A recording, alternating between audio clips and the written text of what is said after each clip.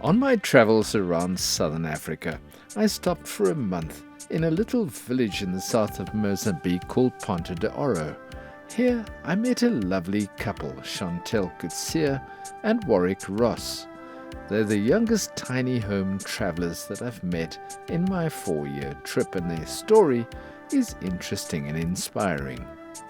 They've moved from a normal home into a 4-metre long caravan that's 2.5 meters wide by 4 meters in length, and I asked them if they didn't need more space.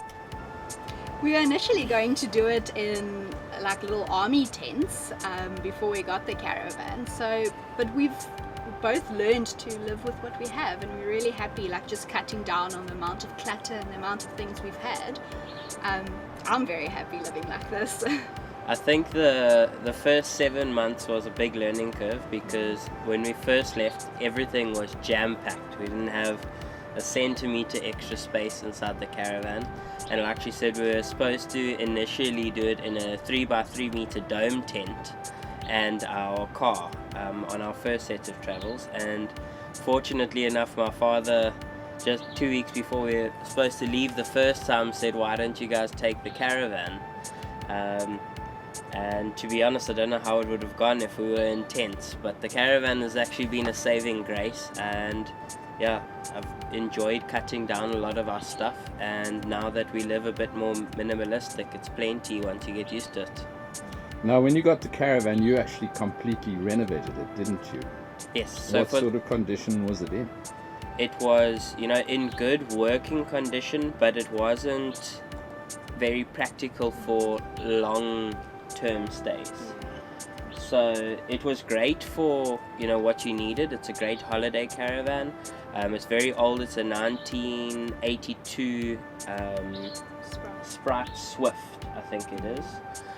So yeah, very, very small, but perfect for us. And we picked up a couple, spots where wood rot had started and a bit of molding, and being an old 40+ year caravan, it's going to have a few leaks and things here and there, but we fixed it up. Okay, I'm going to ask you later to give me a walk around the caravan and just show me what you did. Of course. I know you put in a window over there, and you painted and put in floors, and you really changed the whole thing inside, so it'll be interesting. What made you decide to take the step to go ahead and start? So Warwick and I, we've known each other his whole life, because I am older than him. But so initially our dads were very, very good friends from, I think I was about 2. And we just started, as we got older, we started hanging out, and we started watching a lot of YouTube videos. Brody Master's one of them, and we just were so drawn to that life, that, just going, tiny living, that type of life on the road life. And so with me working in the hospital, I went through a few things. I lost a few family members, and I just decided, what, if I don't do it now, I'm never gonna do it. So we just one night sat and we spoke about it, and we decided, well, let's do it. And is it as adventurous and as glamorous and as nice as you thought it would be? Yes and no for me. There's a lot that I have to honestly say, like a lot of people say, oh, you're so lucky to be able to live like this. Yes, we are very lucky, but it's hard work. It's not as easy as people think, you're just in a new place every month. It takes a lot of effort. It's really hard work living like this. Now, we're sitting here in Mozambique. We're in the south of Ponta de Oro, right next to the beach, which is quite a pretty beach when the wind's not blowing, and it's sort of what everybody thinks would be fantastic, isn't it? But it's just normal living, isn't it, if you're here for a month or 2? I think that's a big thing that we actually enjoy the most about being able to travel along wherever we want and staying at long stays, because what we try to do is we try to stay a month per destination, and the fact that we get to live in a place like this for 30+ days, it really gives us a cool edge on what most people would, come here on holiday. If they come here on a weekend and there's bad weather, they make the most of it and they go to the beach and have bad weather. But the nice part about living in a location like this is when there's bad weather, we stay in our tiny house and we do work. And when there's good weather, we take the opportunity and go to the beach. So it's really nice to be able to, pick the best days to do stuff that you would like to do. How do you make money as you travel to live? So we actually have 2 streams of income. We work for one agency together, and then Chantelle basically works 2 part-time jobs to make herself a full-time job. So she does our page management for social media, and then she's also an intake concierge for a New York-based therapy practice. I do paid media and graphic design, and where we tie up together is we both work for the same agency called The Social Local, and we basically specialize in social media management. And then for the therapy-based company, when a patient wants to book with a therapist, they reach out to me. I then do an intake with them, get all the information that we would need, and then we would book them with a therapist based on their specific needs. That is all New York based. So all the patients as well as the therapists are in New York. And how do you communicate with them? So I phone them. I've got an app on my phone that gives me an American number, and I'll then phone them and speak to them over the phone. And what is that app called? iPlum. And does that work pretty well? Is it a paid app? Yes, so I don't have to pay for it. The company pays for it, but yes, good. it is a paid app. And do you find that you're earning enough money doing what you're doing to survive every month? Yeah, And yeah, hopefully we do. put loads of money into the bank. Well, that would be ideal, but we're living comfortably. Okay. So you need telephone and internet, both of you need telephone and internet connection. And so how do you get traveling on the road and going to places that are pretty out of the way like this one? So when we got here, we had to buy a SIM for Mozambique, but we actually have got Wi-Fi. So as long as we've got signal with Vodacom, we are sorted. Does your South African Vodacom LTE, I presume, Yes. signal work in Mozambique? No. So when we got to Mozambique, we had to buy a separate SIM card, which we got Vodacom as well, just because we heard it was the best for signal. We have to make sure we have power, and we have to make sure we have signal. So those are basically our 2 only requirements, but they're massive, because if we get to somewhere that we've planned to stay for a month and we don't have either of those 2, it then means we can't work. So we have to make sure that comes for us, or else we won't be able to do what we do. Right. And the cost of data in Mozambique, what's that like? So when we got here, the locals are very quick to rush you to buy data plans and stuff from them. We were originally looking for about 100 gigs of data, which is what we need to kind of survive bare minimum for the month. And that was going to cost through them about 2,000 Rand, which is quite expensive. So we just bought the SIM card from them, we reloaded our own airtime, and by ourselves we bought our own data, which then came across a lot cheaper. So it worked out to about 680 Rand, and we got 75 gigs. Most of the people at the caravan parks that you go to, I presume, are older people, Yes. retired people. Would you prefer to stay where there are more young people? It doesn't actually bother us. I think we're both quite old souls, so we get along with the older people very, very well. We don't like drama, and I'm not a jola, so for me the younger people doesn't really bother me. I'm happy with the older people sitting and chatting, just having the nice, calm, relaxed environment around me. Yeah, I agree. It definitely is a bit different when there's filled with a lot of young people, which I don't mind either.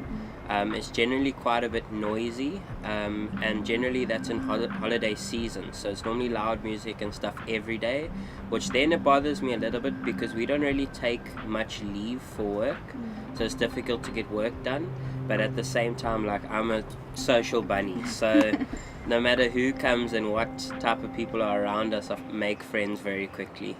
The caravan itself is 4 meters long and just on 2 meters wide, so it's not a lot of space. The outside diameter is 3.5 meters long, by 3.5 meters at that side and 4.5 in the front.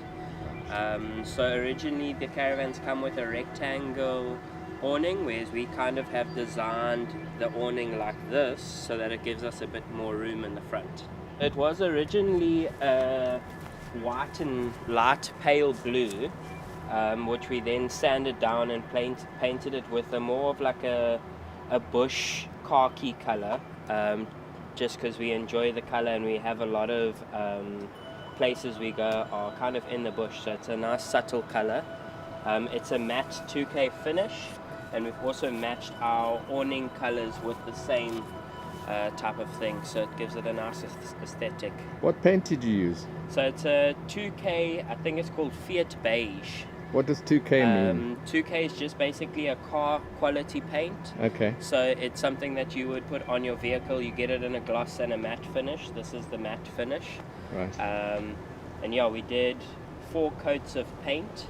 So Why so many coats? Because we bought a drum of paint and we had so much extra, and if you leave it, it goes off quite quickly. Right. So we just decided to spray more, and hopefully it gives it a bit more lifetime. So you sprayed it on. Did you use an airless sprayer? Yeah, so we actually mixed it ourselves. It comes with a hardener and like a drum that you have to mix ratios in, and then we use the compressor and the air sprayer to spray the whole thing. So it's a 2-part paint? Yeah. Okay, so almost like an epoxy Yeah, type almost. paint. Yeah. Okay, brilliant. And you sprayed it on with a gun. How long did it take you to do the spraying? So the main work came with sanding. It took about 3 days to sand the thing properly. The painting is pretty quick. With the air gun, it covers about a meter band at a time. So you wrap around the caravan in about 10 minutes, and then you need to give it 15 to 30 minutes between coats. So it was half a day and we had painted it, but the main work 4 comes coats down. in half a day? Yeah. That's fantastic. The- Okay, and then you got an aircon in the front here as well. Yeah, so we installed a 9000 BTU aircon. It's a house aircon, so it's a split unit. The head is inside, which you'll see later, and out here is the aircon. There you can take a look. We fitted it on a bit of rubber to stop the bumps being so damaging on the aircon when we hit the bumpy roads. Yes. It obviously doesn't solve the problem of the aircon shaking around, but it gets rid of a lot of those fine vibrations. And what did this aircon cost? So we paid 5,500 for the aircon. I then fitted the framing and everything myself, and then we paid a guy 1,000 rand to do the piping. It involves some copper welding and bending and stuff inside, so we just got a professional to do that. But all the trunking, everything I did myself. Does it keep the caravan cold? Keeps it like an ice box. Fantastic. Such a big aircon, especially when you get into split units, they're generally a lot more efficient.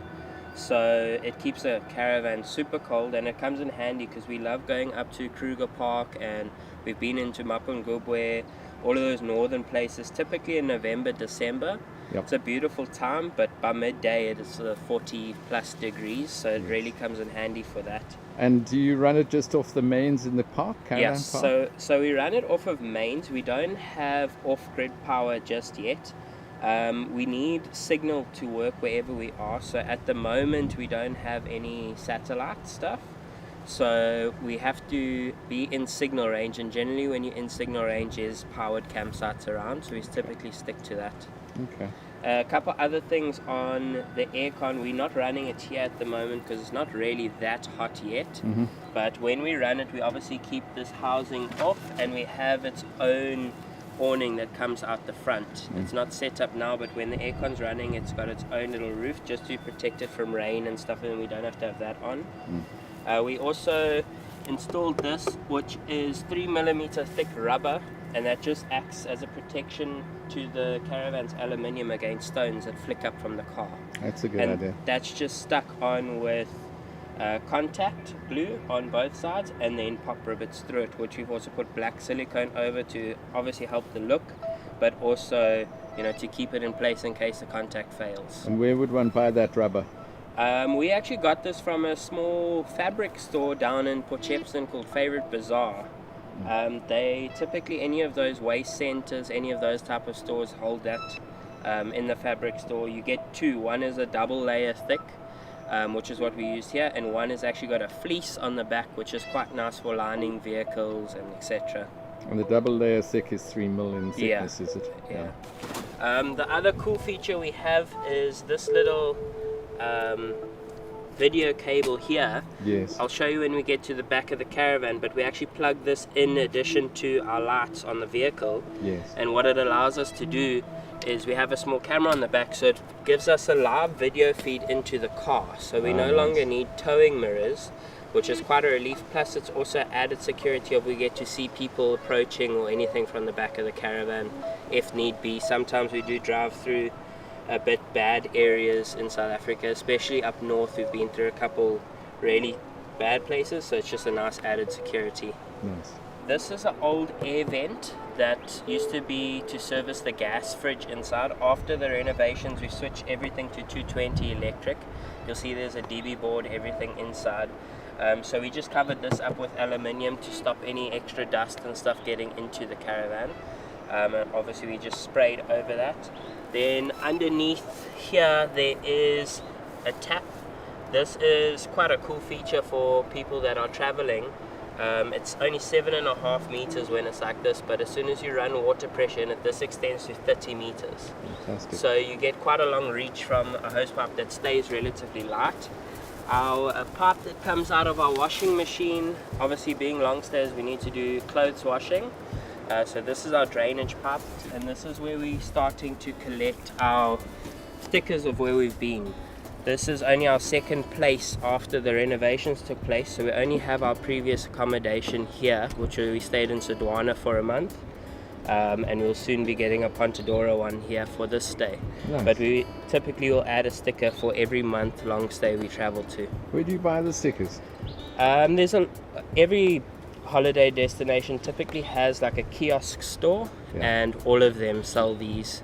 So on the back, it also looks completely different to when you get the caravan. They typically have those old round lights at the back, which work great, except for ours we had a bit of a wiring problem. So these were actually quite a bit more affordable, and they work really well. They're 600 Rand for both. Really? That's So cheap. they really are affordable. The round lights are 250 Rand each, and then you need 4. So it, typically puts you at 1,000 Rand before you put a mounting box on or anything that you want to mount them in. So they're really affordable. All LEDs are super bright. These middle red lights are your park lights, so these always stay on. And then what I like most is that it's got a separate brake light. So when you brake, it's exceptionally bright.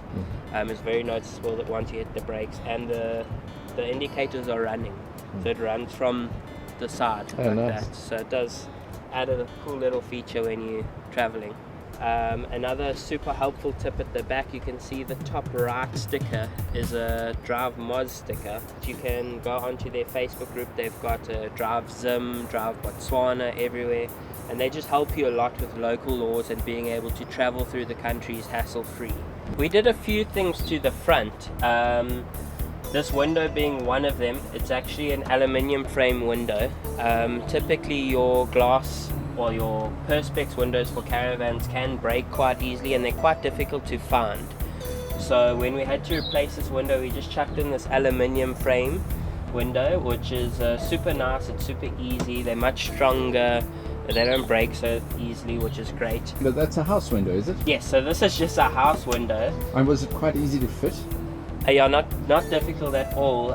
When you buy caravan windows, it comes with a rubber sleeve around, which typically is a lot harder to get just right. Yes. Where this is pretty much gives you a good 5mm border, so it's a lot easier and less precise to fit than the perspex ones. And the width between outside and inside, can you just adjust that quite easily? Yeah, so the inside, it gives you, the window frame comes standard at about, I think it's about 40mm, somewhere there, about that thick. The caravan's width is a little bit more, so we just put the window in, and then on the inside we put a little trim on it just to make it look better. Did you cut the inside trim off the window? Yes, so we cut that off here, and you'll see on the inside, if you take a look at the window, it does have you know, you can see around the window, but it's got nice finishing on, so it's nothing that looks butchered. Didn't all just fit perfectly. No, it never does Never fit does, perfectly. Yeah. And then you've got your table and storage cupboard. Yes, so obviously being on the road, staying month-long stays at a place, it's a bit uncomfortable to be, you know, roughing it the whole time. So a couple nice little things, touches. I mean, this pretty much makes it a tiny home kitchen. We've got a 220 volt induction plate there, which is very easy for cooking. 2 cupboard storage, which obviously you can't hold in nearly as much as you do at your house, but it's more than enough to live in a caravan.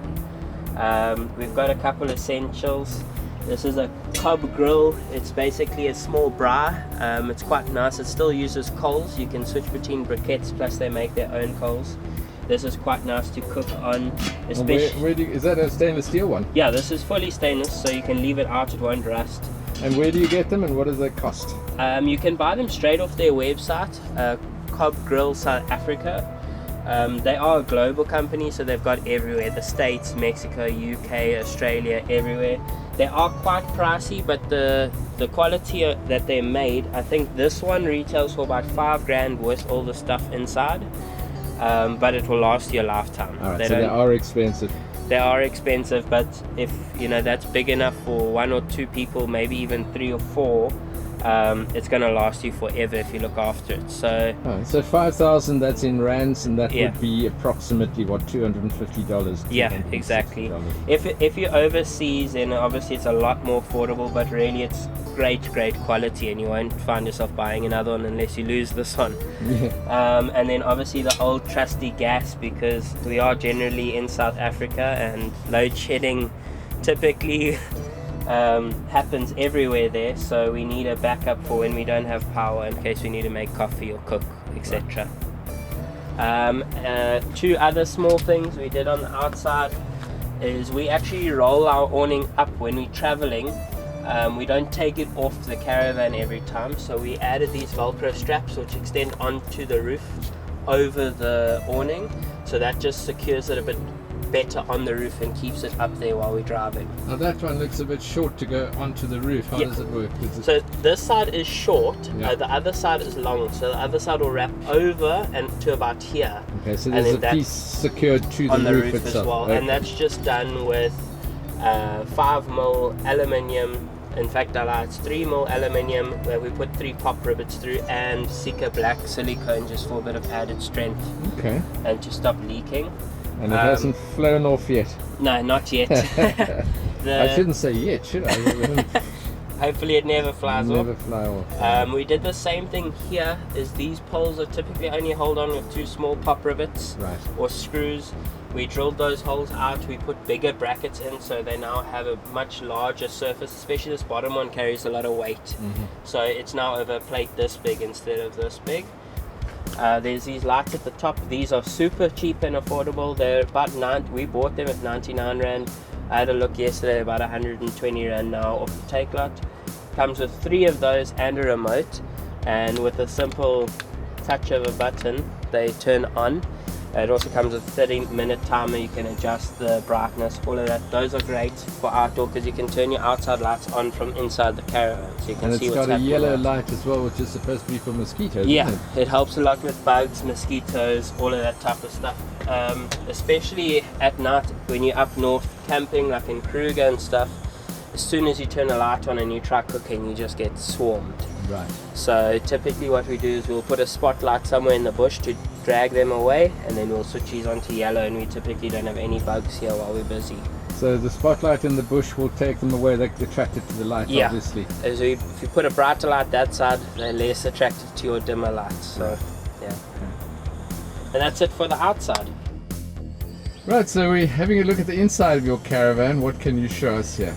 Okay, so starting from electrical on the left, we have done everything through a normal house DB. Obviously it was an at-home job, so the electrical we did ourselves as well. Pretty simple and straightforward actually. Then here is our trunking, which takes the electronics out the front of the caravan for the aircon. Here is our head unit for our aircon. So it does take up quite a bit of space, but it is nice to work right next to it when it's really hot. This is just a backup power supply. This gives us about 4 to 6 hours of being able to run the monitors and the Wi-Fi. So we have a bit of backup. That's just for load shedding back in South Africa. Which Wi-Fi system have you got there? So this is a ZTE. It just takes a SIM card in the side, and then yeah, with the 4G we get pretty good signal. As you can see here, we're on 4 out of 5 bars. And that doesn't have any aerials sticking up? No, it's got no aerials sticking out. At the moment we get anywhere between about 50 and 100 megabytes a second. The other day actually just went over 100, so it's generally perfect for work. And the price of those ones about 1400? Yeah, about that. Moving down to here, these we painted everything in a white Velvet Glow enamel. Right. These are just our old overhead storage. We've added some new handles on. We've painted. And you found that Velvet Glow was tough enough for this kind of job? It's got a really nice hard finish, so it doesn't stain anything. It's like wiping off a plate if you want. Were you using the oil-based Velvet Glow or the water? Yes, so it's the oil-based one, so it's got a lot harder finish and a lot easier to clean. And typically the paint doesn't rub off unless you use stuff like thinners and things like that, so they're really hardy.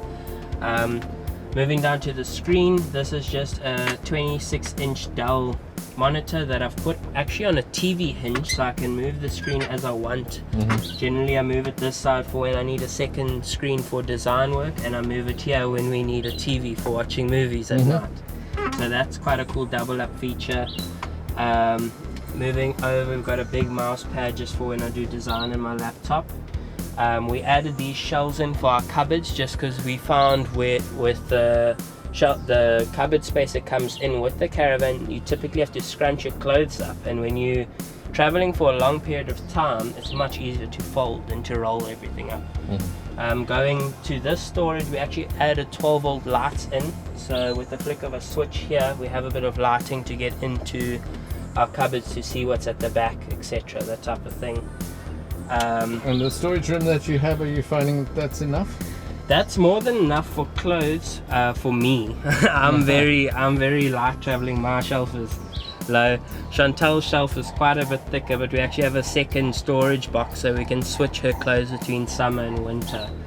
So that's both of yours down there? Yeah, we don't keep really a lot of bulky jackets and stuff out, especially now because it's not that cold. But we do have underbed storage where we keep, you know, some warmer clothes for when we get into the winters. Let's move over to this side. This is a really cool thing as well. It's just a desk fan, but it actually charges off of solar or mains. That gives us like 6 hours of fan, and if it's a hot time and it's in load shedding, that's a lifesaver. Because your aircon's not going to work in load shedding, is it? Exactly. So we can't run the aircon during load shedding. So, and it comes with, you know, light on it and a few nice little additives like that. So that's really handy. There's just my camera setup that I use for taking photos and making videos and stuff. Right. That's just a nice little 3-axis gimbal for some stabilization. Moving over is Chantelle's best friend. That is a washing machine. We did our first 7 months by paying laundromats and washing by hand, which got 1, expensive, and 2, quite strenuous very quickly after doing it for 7 months.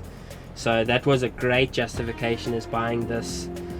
This was a really cool feature. Weight wise, is it pretty heavy? It is quite heavy, but a lot of the old appliances in Caravans were gas made, so it was a lot heavier appliances. So by stripping out the old bed in here in the front and the old appliances, it kind of balances each other out slightly. It is obviously added weight, but we were able to remove quite a bit of stuff, so it didn't end up changing the weight of the Caravan too much. Have you balanced the Caravan for towing in any way? How did you do that? So we made sure that there used to be a storage bed in the front where stuff would get packed, and the Caravan was quite evenly distributed. Now with this being more front heavy, we actually take the stuff off of the front, everything out here, and pack that in the car for when we do tow. Our bed was almost all behind the axle, so we pack underneath the bed quite heavily, and that then picks up the weight of the front. So then we get a good towing average between 70 and 90 kilos for our car. That's perfect. And what car do you tow with?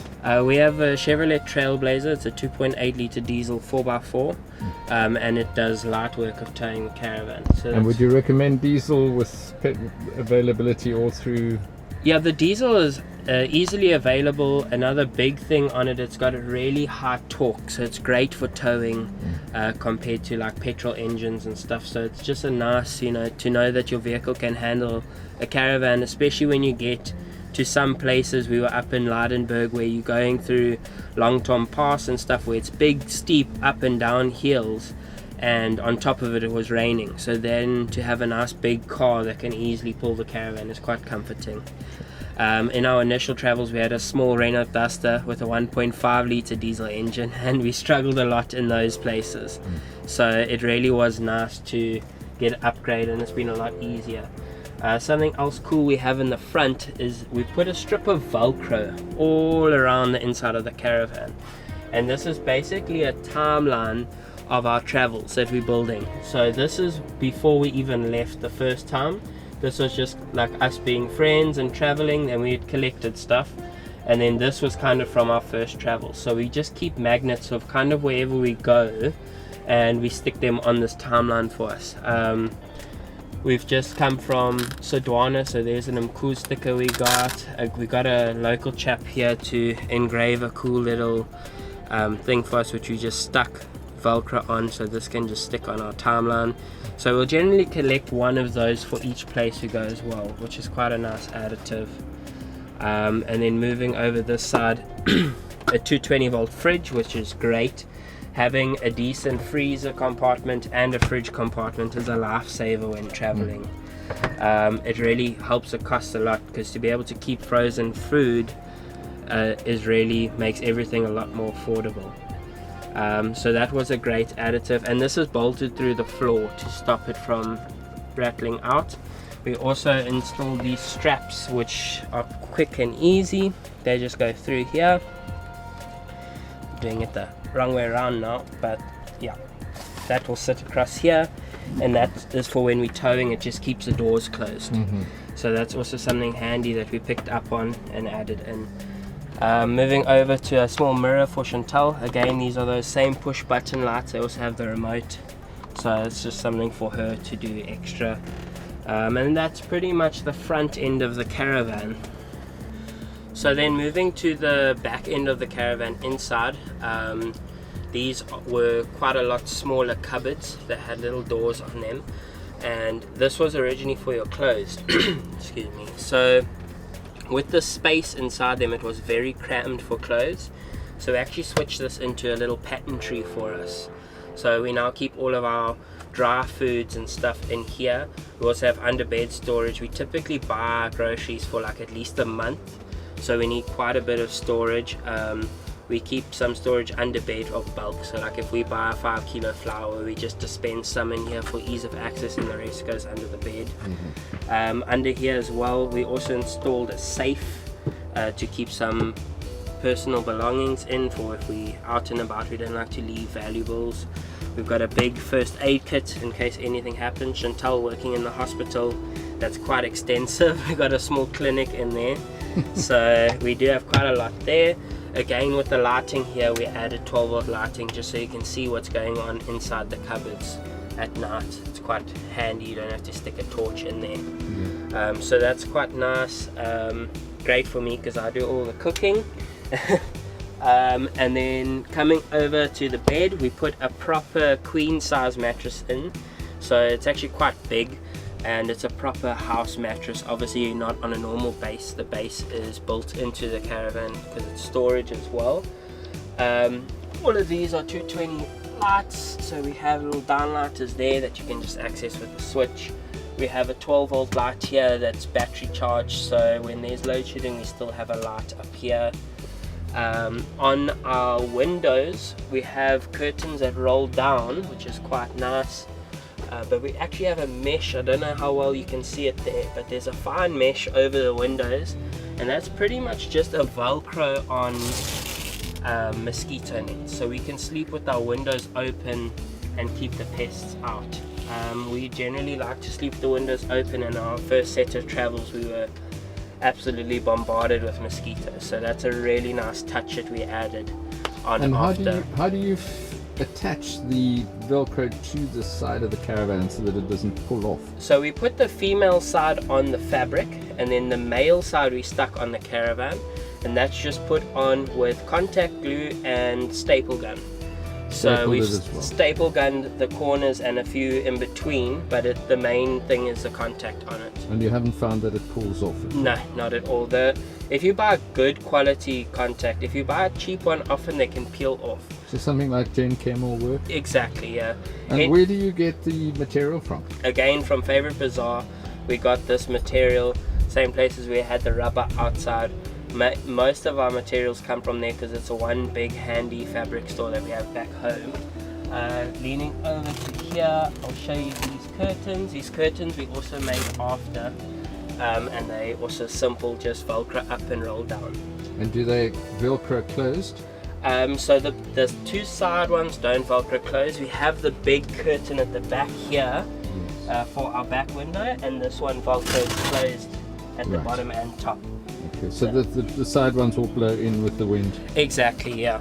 So they do Velcro up because we mainly always have them up. We basically only close these curtains when we go out because we have quite a bit of technology in the front of the caravan. We don't like people to see in, so we'll shut these curtains before we go out anywhere. And have you found that it's quite safe? You haven't been burgled yet? We haven't been burgled yet, and hopefully we don't. But yeah, everywhere we've stayed has been pretty safe. I think the one hidden perk of caravan parks is there isn't these big houses to attract thieves, and if you're from South Africa, you know that it can be quite bad in some towns and places. So we've had no problems at all in caravan parks. And also there are other caravanners around to watch. Exactly, that's one thing I do like about it being quite busy sometimes, is there really is safety in numbers, and the caravanners amongst each other, we look after each other.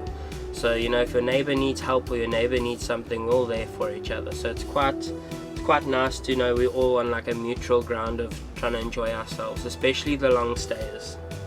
Okay, so then just coming back to the bed and the space underneath this, we just pull it up like that, and we hold it up, and then with that type of stuff we can get into the storage underneath. Okay, so you've got like 6 panels there. That yeah, exactly. So the front 2 we use for storage under the bed here. Yeah. The back 2 open up to the side hatch on the caravan, and that's typically where we put tools and stuff. I see. So at the back we keep all of our heavy stuff, because that really helps a lot with the nose of the caravan. Being able to pack stuff in the side, it lifts that weight off the front completely. And you can get into those things from the back. Yeah, exactly. So you can outside. get into the back there from the back of the bed, but also the side door on the side of the caravan. So this has got just a mattress protector and stuff on, and then it's a proper home quality. It's got some foam on top, but it is a string mattress, so it's got some nice comfort. Proper household mattress, so that helps a lot when you're staying in one place for more than just a weekend camping. It's very important to have a comfortable bed. So you've got a small but very comfy little home to live in. How are you enjoying it? Loving it. I absolutely love this life. I'm seeing new places every month, every 2 months, depending on how long. We have stayed for more than 1 month in some places, but I love this lifestyle. I don't think I would change it for anything. And don't you miss the security of a house or a home, one place to live in, possibly? I don't. I've been living on my own completely on my own for quite a while, for a few years, and it's very lonely. It's especially as a woman alone. I mean, I've had quite a few break-ins. I felt safer in a caravan park than I have staying on my own a few times. So my parents stay in Coffee Bay, Eastern Cape, so whenever we're in the area we'll pop in, or when we're back home we make a trip going to Coffee Bay, visiting them. Whenever we feel like going home to his parents, they're in Umhlanga and in Umtantweni, we just pack up and go. Yeah, the one nice thing is we both have super close relationships with our parents. So when we want to have a break, the plan is now is when we get to a place like Kromklip, where we actually ended up staying for almost 2 months last year, is, in fact I think we did stay a full 2 months, is we can leave the caravan there and we know that it's safe. The owners, a lot of caravan places will let you store the caravan, and we can actually store our caravan and leave it plugged in so that the fridges and stuff don't break, and we can hop in our car and shoot home, do our rounds of visits, visit all the family and stuff, and then continue. So it's really handy being able to have a house that we can keep moving around, but it doesn't stop us from seeing our family and anything. And the plan for the future, for the next year or 2 or 3? Not stop traveling. We are wanting to do this as long as we possibly can, and then once we've done Southern Africa, we'll then maybe move on international, going to places like Bali and that. But for now, South Africa and Southern Africa, we do want to do some overlanding once we have the infrastructure for it.